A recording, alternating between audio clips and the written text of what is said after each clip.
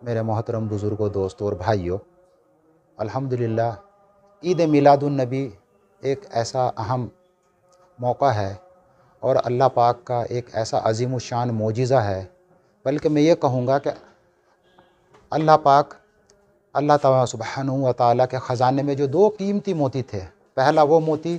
جس کو قرآن کریم اور دوسرا وہ موتی آپ حضور علیہ الصلاۃ والسلام کی ذات مبارکہ، اور اللہ پاک نے دونوں قیمتی موتی اس امت کو اور اس انسانیت کو بخشے ہیں۔ پہلا موتی قرآن کریم ہے، دوسرا موتی آپ علیہ الصلاۃ والسلام ہے، اور سب سے بڑا معجزہ اللہ رب العزت کا اس دنیا میں اگر کوئی ہے تو وہ آپ علیہ الصلاۃ والسلام کی ولادت باسعادت ہے۔ اگر آپ دنیا میں تشریف نہ لاتے تو ہو سکتا ہے کہ یہ دنیا ہی پیدا نہ ہوتی، اللہ کا مقصد ہی پورا نہ ہوتا۔ اللہ نے پیدا ہی کیا اس دنیا کو آپ علیہ الصلاۃ والسلام کے صدقہ طفیل میں، اور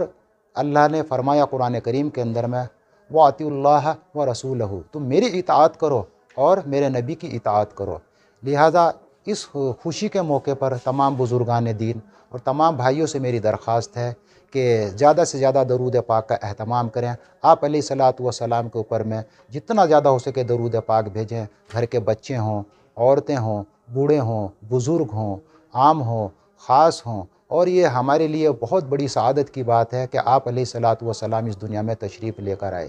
اور تمام معجزے آپ علیہ الصلاۃ والسلام کے ذریعے اس دنیا میں ظاہر ہوئے ہیں۔ سب سے بڑا معجزہ اس چاند کے، اس قمر کے دو ٹکڑے جو آپ نے کر کے دکھایا، اور انسانیت کو ایسا پیغام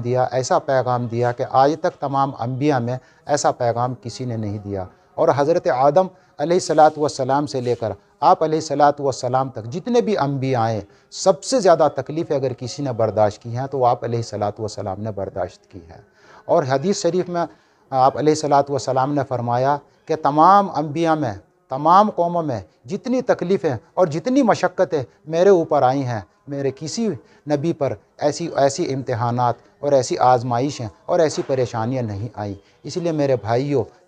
آپ سے مؤدبانہ درخواست ہے کہ میرے آقا جناب محمد رسول اللہ صلی اللہ علیہ وسلم کی سنتوں کو زندہ کریں، سنتوں کے مطابق عمل کریں، سنتوں کے مطابق اپنی زندگی کو بنائیں، اور میرے آقا علیہ الصلاۃ والسلام نے جو انسانیت کا پیغام دیا، جو انسانیت اور جو خلوص اور جو محبت اور جو جذبہ اور جو تعلیم اپنے صحابہ میں دی، اور وہ صحابہ نے تابعین کو دی، تبع تابعین کو دی، سلف صالحین کو دی، اور ہم تک پہنچی ہیں، یہ انسانیت ہی کے لیے ہے۔ اور ایک موقع پر جناب محمد رسول اللہ صلی اللہ علیہ وسلم نے فرمایا جو میری ایک سنت کو زندہ کرے گا اس کو شہید کا درجہ ملے گا۔ لہٰذا میرے بھائیوں، میرے آقا جناب محمد رسول اللہ صلی اللہ علیہ وسلم کی ایک ایک سنتوں کو زندہ کریں۔ آپ کی جتنی بھی حیات مبارکہ ہے اور آپ کی جتنی بھی سنتیں ہیں، اللہ پاک نے قرآن کریم میں فرمایا وَرَفَعْنَا لَكَ ذِكْرَكَ، اے محمد ہم آپ کے مقام کو اتنا اونچا کریں گے، اتنا بلند کریں گے کہ نہ زمین اتنی بلند ہے، نہ آسمان اتنا بلند ہے، نہ آسمان کے ستارے، نہ کہکشائیں، نہ سورج، نہ چاند، نہ اس کی روشنی، نہ ماہتاب، نہ آفتاب، کچھ بھی اتنا بلند نہیں ہے جتنا آپ کا ذکر بلند ہوگا اور محفوظ ہوگا۔ اور اللہ رب العزت نے آپ کے ایک ایک حکم کو، آپ کی ایک ایک ادا کو، آپ کے ایک ایک حسن و جمال کو، آپ کی حسن مبارکہ کو، آپ کی سیرت کو، آپ کے مسکرانے کو، آپ کے رونے کو، آپ کے ہنسنے کو، آپ کے چلنے کو، آپ کے سونے کو، آپ کے دیکھنے کو، آپ کے اٹھنے کو، آپ کے بیٹھنے کو، آپ کے کھانے پینے کو، آپ کی وفاداری کو، آپ کی شجاعت کو، آپ کی بہادری کو، آپ کے حسن سلوک کو، آپ کے ازواج مطہرات کے معاملات کو، اور تجارت کے معاملات کو، غلاموں کے معاملات کو اللہ پاک نے قیامت تک کے لیے محفوظ کر دیا۔ وَرَفَعْنَا لَكَ ذِكْرَكَ، اے محمد ہم آپ کے ذکر کو اتنا بلند کریں گے کہ کلام پاک کے بعد، اس اللہ سبحانہ و تعالیٰ کے نام کے بعد اگر کوئی ذات ہوگی، اگر کوئی پہچانی جائے گی، اگر جس کی ایک ایک ادا، ایک ایک حسن و جمال، ایک ایک حسن سلوک، ایک ایک حدیث، ایک ایک روایت محفوظ کی جائے گی اور قیامت تک کے لیے محفوظ ہے۔ بخاری شریف میں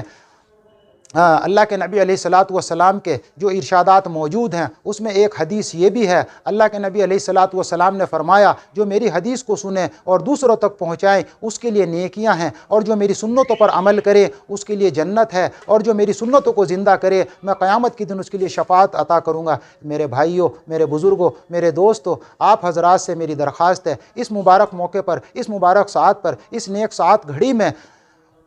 اپنے آپ کو خرافات سے بچائیں، ناچ گانے سے بچائیں، ڈھول تماشوں سے بچائیں، ایسے عمل سے بچائیں جو اسلام کے منافی ہے، ایسے عمل سے بچائیں جس کا اللہ اور اس کے رسول ناراض ہوتے ہوں، ایسا کام نہ کریں جو شریعت کے نام پہ دھبا ہو، ایسا کام نہ کریں جو شریعت کے نام پر خرافات ہو اور غیر ہماری مذاق بنائیں، ایسا کام کریں جو اللہ کو پسند ہو، اللہ کے رسول کو پسند ہو، صحابہ کو پسند ہو، تابعین کو پسند ہو، ایسا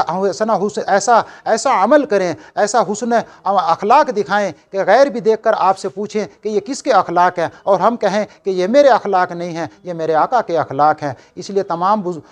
بھائیوں کو، بزرگوں کو، دوستوں کو میری طرف سے میرے آقا جناب محمد رسول اللہ صلی اللہ علیہ وسلم کی ولادت بسعادت کی مبارکباد پیش کرتا ہوں۔ وآخر دعوانا الحمدللہ رب العالمین۔